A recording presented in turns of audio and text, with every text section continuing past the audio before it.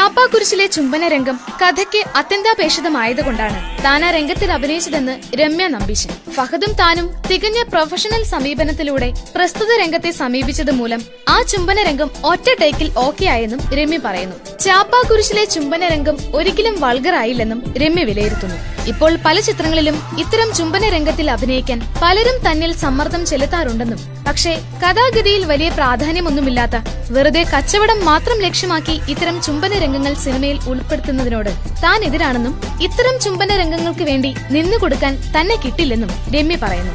ഞാനൊരു ചുംബന നടിയല്ല, നല്ല കഥാപാത്രങ്ങൾക്ക് വേണ്ടിയാണ് ഞാൻ കാത്തിരിക്കുന്നത്. സെക്സിയായി അഭിനയിച്ചിരുന്നുവെങ്കിൽ തമിഴിൽ എനിക്ക് താരറാണി പട്ടം സ്വന്തമാക്കാമായിരുന്നു. എന്നും നല്ല നടിയായി അറിയപ്പെടാനാണ് എനിക്കിഷ്ടം. രമ്യ നയം വ്യക്തമാക്കുന്നു.